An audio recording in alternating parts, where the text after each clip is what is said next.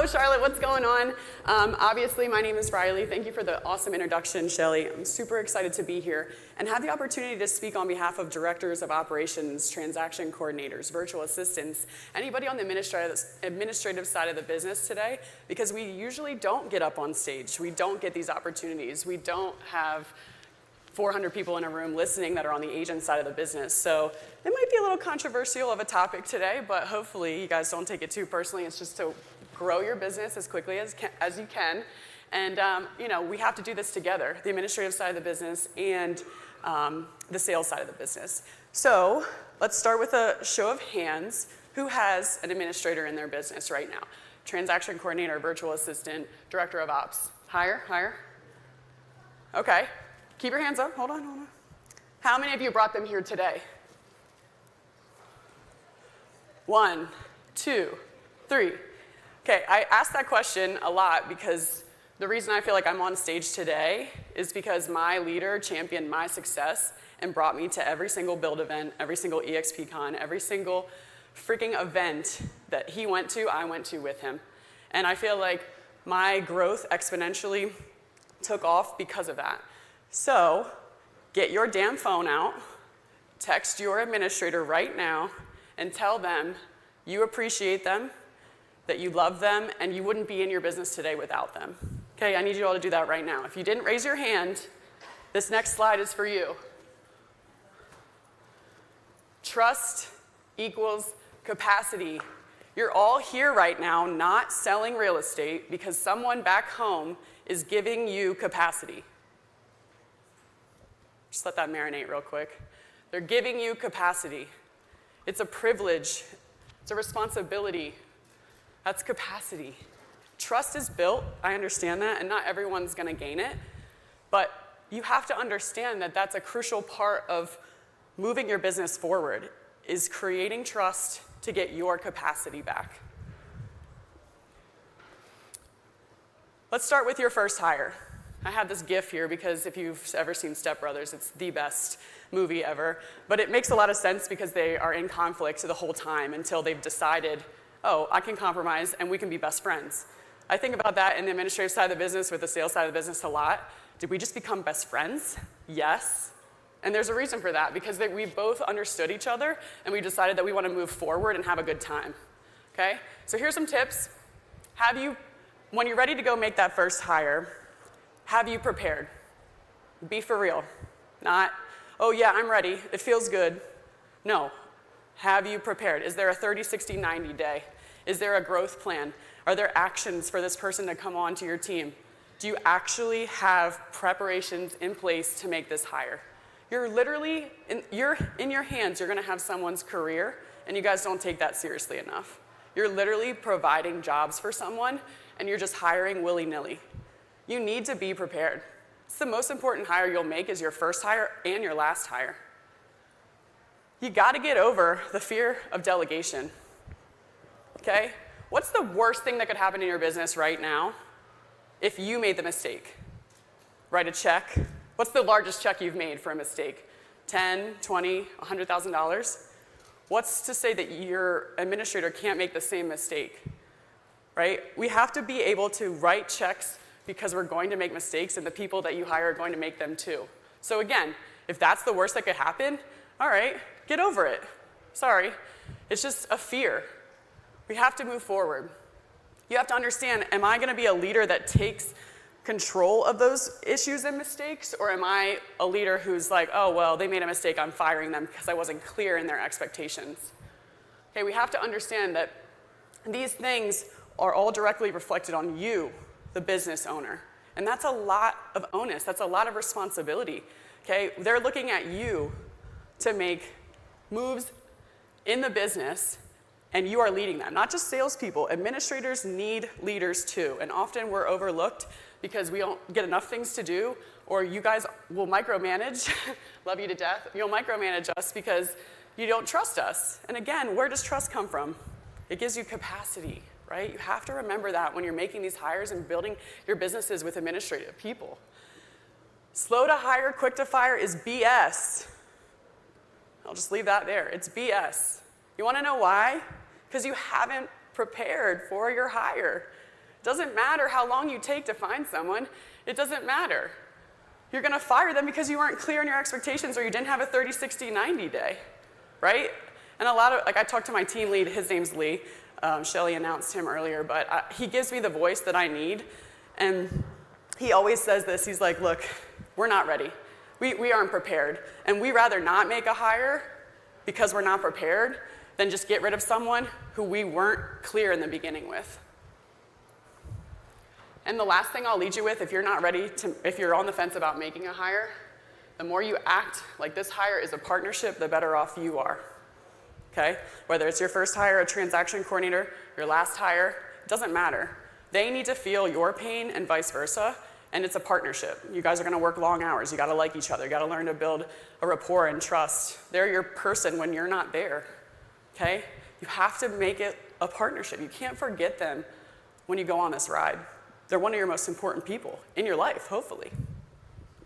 So here's something that we always do when we are ready to get a hire. I don't know if anyone's familiar with entrepreneurial operating system. We use EOS in our business. Highly suggest getting a coach. Of course, we just have more of a very structured coaching style. This is something that we use as delegate and elevate. It's 4 quadrants. I'll have mine and Lee will have his. We start with what do we love to do? You have to understand what you love to do before you can get rid of things that you don't. Okay, so what drives you every day? What's bringing you back to the business? What's getting you up in the morning, right? I have the same things that I like, and Lee has things that are different.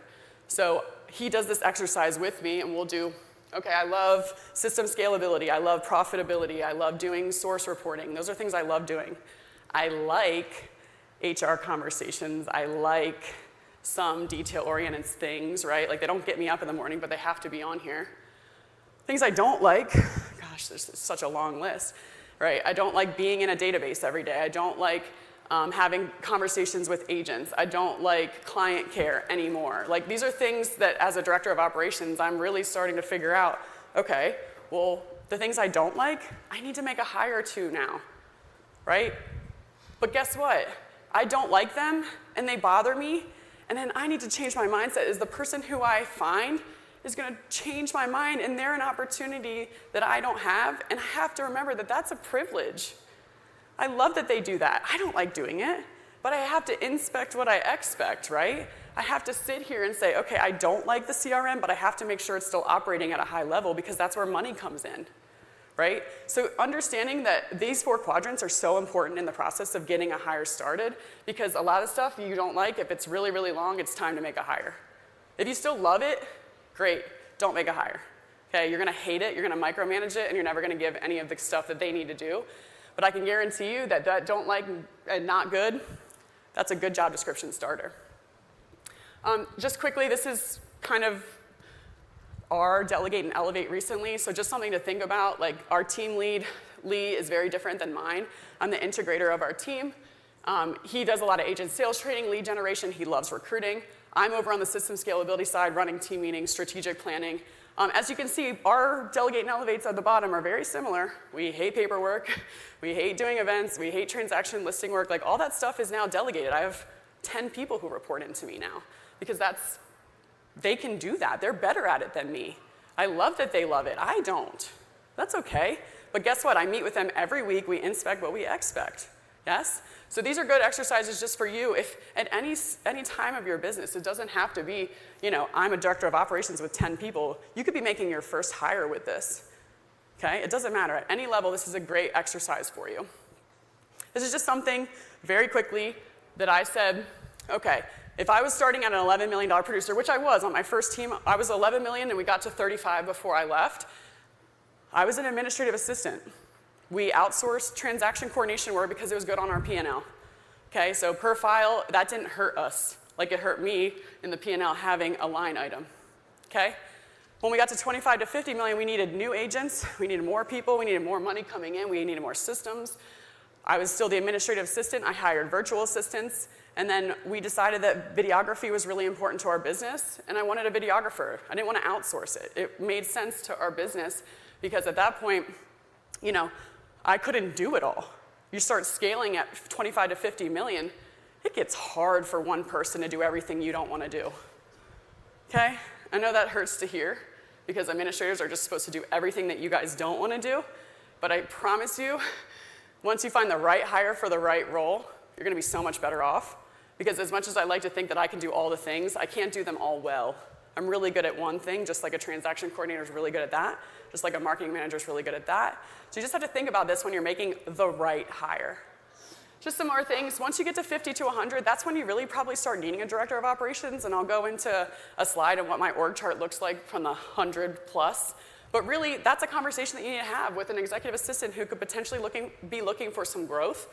It's a different role, though. They're not touching the administrative side for transactions. They're not touching the virtual assistant stuff. So just remember that. If you have no one, and you're at 50 million, you only have one person, it's time to make a hire. Another hire. And make the right one with a delegate and elevate exercise.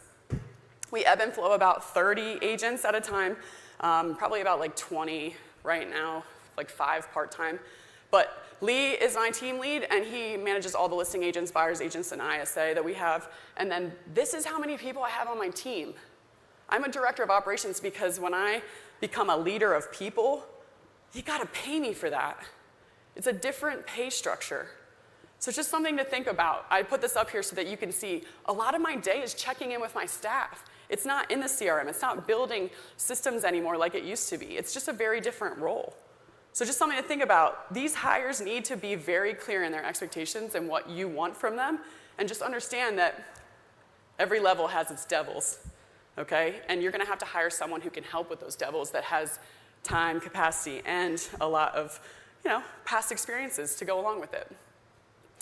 This is just something really quick, what not to do if you're at your first hire.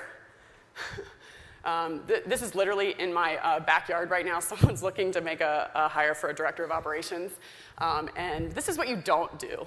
It's a director of operations role. And in here, it says full-time executive assistant. And the pay is $50,000 to $150,000 a year. You just lost me. I'm a $150,000 operator. You lost me because that's a joke. You want a director of operations, but you want an executive assistant role that's growing into an operations role. I see this all the time, and I mean no disrespect by it, but guys, give us a little bit of credit. There's 5 more pages of the job description after this. I see it all the time. They want us to do it all, but aren't really willing to just start at 150 of what it's worth. It's just like listing appointments, right? What are you worth? Are you worth 2 or are you worth 2.5? You're worth 2.5? I'm worth 150, here's why. Okay, just thinking about this, if you want a full-time executive assistant, hire that.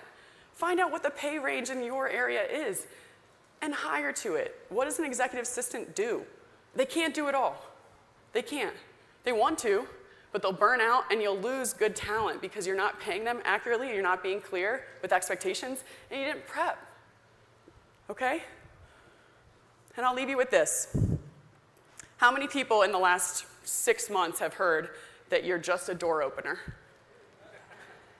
How triggering is that? Okay, this is our trigger word. Okay, we are not leverage. Okay, we are administrators in your business who are helping grow. It's a privilege and a responsibility to have leverage in your business. And I just want you guys to think differently when I leave here today about that and how much they can help. And remember, it starts with you and your clarity of expectations and how you are as a leader. So when you're talking about your administrators, get rid of this word. For me, if anybody, okay? And that's what I'm gonna leave you guys with, all right? If you wanna connect, if you have any questions about any director of operations or hires, follow me on Instagram, that's our team page, or just text me, that's cool too. But thank you, Shelly, so much for giving me the opportunity and putting me on stage because directors of operations everywhere appreciate you for it. So thank you.